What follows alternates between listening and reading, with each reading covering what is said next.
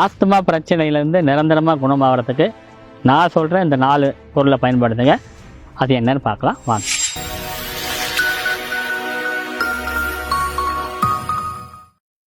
நலமுடன் வாழும் நேயர்களுக்கு வணக்கம். இந்த பதிவில் நம்ம என்ன பார்க்க போகிறோம் பார்த்தீங்கன்னா, நிறைய பேருக்கு பெரும்பாலான பெரியவங்க சின்னவங்க வரைக்கும் ஏற்படக்கூடிய ஒரு பிரச்சனைனா இந்த இளைப்புன்னு சொல்லுவாங்க. இளைப்பு அப்படின்னா என்னென்னா வீசிங் ப்ராப்ளம், சளி கபம் நிறைய கட்டி அவங்க சில நேரத்தில் வெயில் நேரத்தில் அந்த தொந்தரவு வராது. மழை காலங்கள் கிளைமேட் சேஞ்ச் ஆகும்போது இந்த ப்ராப்ளம் கண்டிப்பாக வரும். அப்படி அந்த மாதிரி நேரங்களில் நம்ம நிறைய பேர் என்ன பண்ணுவோம்னா வேது பிடிப்பாங்க, இல்லைனா வேறு ஏதாவது கஷாயம் எதாவது எடுப்பாங்க, இல்லை அப்படின்னா டேப்லெட் எதாவது எடுப்பாங்க, இல்லைனா பஃப் யூஸ் பண்ணுவாங்க. நிறைய விஷயங்கள் அது மாதிரி யூஸ் பண்ணிகிட்டே இருப்பாங்க.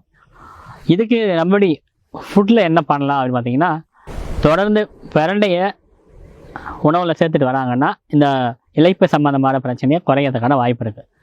ரெண்டாவது, இந்த மாதிரி பிரச்சனை நிறைய பேருக்கு கபம் தொண்டையில் கட்டி நார்மல் இளைப்புலேருந்து ஆரம்பித்து கொஞ்சம் கொஞ்சமாக கபம் கட்டி அதுக்கப்புறமா அது முத்தி அதுக்கப்புறமா ஆஸ்மா அப்படிங்கிற ஒரு பெரிய ஸ்டேஜுக்கு போயிடும்.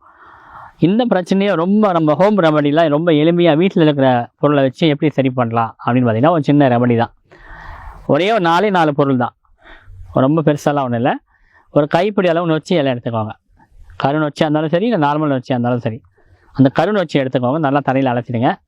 ஒரு 5லேருந்து 10 இலை இருந்தாலும் ஓகே தான், மென்று சாப்பிட்ற அளவுக்கு இருந்தால் ஓகே. அது கூட ஒரு 5 மிளகு, 2 கிராம்பு, ஒரே ஒரு பூண்டு பல். இது மொத்தத்தையும் என்ன பண்ணுங்கள், நல்லா வாயில் மென்று உமிழ்நீரோடு கலந்து முழுங்க. கொஞ்சம் காரல் கண்டிப்பாக இருக்கும். அந்த காரலோடு சேர்த்து நீங்கள் முழுங்குனீங்க அப்படின்னா, இது ஒரே நாளில் சரியாயிடுமா அப்படின்னாலாம் கிடையாது. தொடர்ந்து வாரத்தில் 2-3 நாளாக செஞ்சுட்டு வந்தீங்க அப்படின்னா இளைப்பு ஆஸ்துமா அப்படின்னு சொல்லக்கூடிய மிகப்பெரிய பிரச்சனையை ரொம்ப ஈஸியாக சரி பண்ணக்கூடிய ஒரு அற்புதமான மருந்து. தயவுசெய்து இந்த ரெமடியாக வீட்டில் உங்கள் ஏரியாக்கள்லாம் நொச்சி இலை கண்டிப்பாக கிடைக்கும். கிடைக்காமலாம் இருக்காது, தேடி கண்டுபிடிக்கணும், வேறு எதுவும் இல்லை.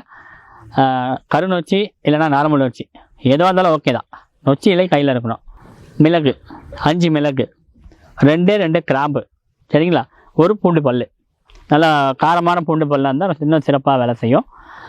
இதெல்லாம் மொத்தமாக சேர்த்து வாயில் வச்சு வெத்தலை பாக்கு மாதிரி வச்சு மலைச்சி நல்லா மெல்லுங்க. டக்குன்னு முழுங்கிடாதீங்க.